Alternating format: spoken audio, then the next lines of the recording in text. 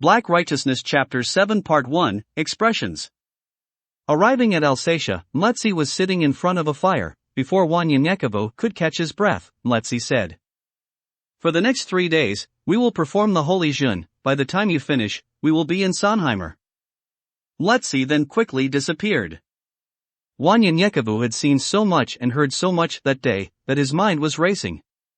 He took out his notepad and pen and wrote about all the ideas he had. Talking to the trees and animals, the amazing skycraft, and even Kaniasil, who was so profound and funny. He had to write something to remember what had happened to him. He said aloud, "God. People. Who's gonna rescue you from the powers to come? When you've been deceived by the traditions of man. Faith to you is self-confidence, not the belief in the Almighty. Caught up in a whirlwind of lies. As your beliefs come and goes, in and out, up and down. Like wings of a butterfly. Draining the energy of others whether they're right or wrong.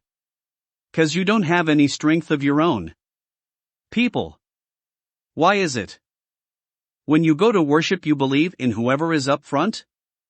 Never educate yourself. No faith, no strength, no knowledge, no understanding of God. So, you create your own. Man. Life to you got to be hard. Let me tell you something to ease your pain. To you from me. There's a Trinity. That you might not know of but you need to see. God's order of divinity. Spelled God. Then he wrote, inside of me. Inside of me. There yearns a spirit of righteousness. True enough, I've lied, cheated, and stolen, but never killed. But in my heart, there's compassion to do all that is right. I want to do evil. Yes. I want to sin. However, my heart seeks to do otherwise. What is the answer to such a problem? When will I ever solve them? Stop. Just stop, I say to myself. Slow down, before I'm lowered to the ground. Search my heart. Reach deep, deep inside this corrupt mind. Hopefully, a solution I'll find. Listen to the words I say. Look at the things I do. Touch that innermost man and he'll give me the plan. Deeper and deeper, I went. Realizing that every man is not heaven sent. Realizing that there is a difference. Now, love. Not lust. Infinite, not finite. About eternity, not time. Yes, the spirit and not the flesh. At first, I thought it would be hard. You see. Then I saw. It was no more I but the Christ that lives in me. He slowly closed his notebook with tears in his eyes and looked to heaven, saying, Sabaoth, whatever you have for me and my people, I'm willing and able. Wanyenyekevu took out the scroll given to him by Mletsi and started studying his ancestral tree. His eyes became heavy, and he placed all his things in his backpack and drifted off to sleep. Wanyenyekevu finds himself in a thick wooden forest and sees the animals playing around him. As the squirrels are chasing each other, he turns to see them run up a tree. Suddenly, he turns and sees he's in the middle of the desert and sees a rattlesnake slither right by him. He paused and said to himself, "What is this?" A sweet smell in the air had awakened him. Wanyenyekevu opened his eyes to see Mletsi standing in front of a clay structure that looked like some kind of igloo. Mletsi stood before it and pointed to the entrance. "It is time." Wanyenyekevu approached the structure and entered. Sitting with his legs crossed, Wanyenyekevu and Mletsi prayed for an hour afterward. Wanyenyekevu spoke that unknown language for a while, and Mletsi said, "Time has come for you to feel joy and peace, but afterward fear and pain. But know that all you need to make it through this is your faith in Sabaoth." Wanyenyekevu started to speak, but was interrupted by Mletsi. "These 3 days, you will fast, and the joy of the Lord shall fill your body with a joy you have never experienced before. But know this, after some rest, be prepared to feel fear and pain. Then, you shall go to Tallulah, and for 90 days, you will experience that fear and that pain. However, these 3 days shall prepare you for that time." Wanyenyekevu said with confidence, "It is so."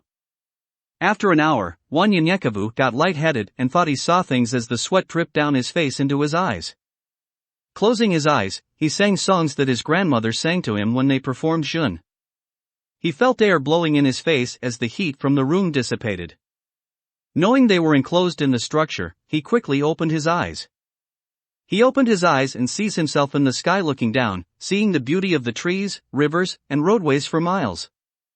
Fear covered him, for he had never been this high before, and he was floating. He heard the voice of Mletsi. "Fear not." He stood there for a while before he tried to move forward. He moved slowly at first until he realized he could go faster. He flew for miles and saw nothing but the land's beauty. There were no structures, just nature. For hours he flew. After building up his confidence, he started turning flips and performing different acrobats.